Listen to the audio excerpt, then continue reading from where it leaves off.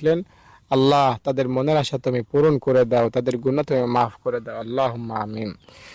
দর্শক, দোয়াটা হলো আশহাদু আল্লা ইলাহা ইল্লাল্লাহু ওয়া আশহাদু আন্না মুহাম্মাদান আবদুহু ওয়া রাসূলুহু।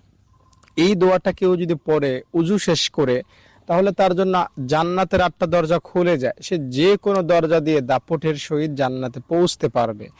আজানের পরে কেউ যদি দোয়াটা পড়ে, তার গুনাহ মাফ হয়ে যায়। এই দোয়াটার কারিশমা, ক্ষমতা, অ্যাকশন অনেক। একটা হিন্দু যদি এই দোয়াটা পড়ে মুসলমান হয়, তার সারা জীবনের সব গুনাহ মাফ হয়ে যায়।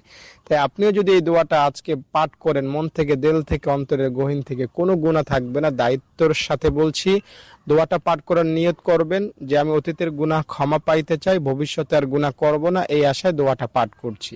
ব্যাস, তাহলেই আপনার সব গুনাহ মাফ হবে, শিশু হবেন, নিষ্পাপ হবেন, কোনো গুনাহ থাকবে না। যদি ভিডিওটি ভালো লেগে থাকে লাইক করে যান, কমেন্ট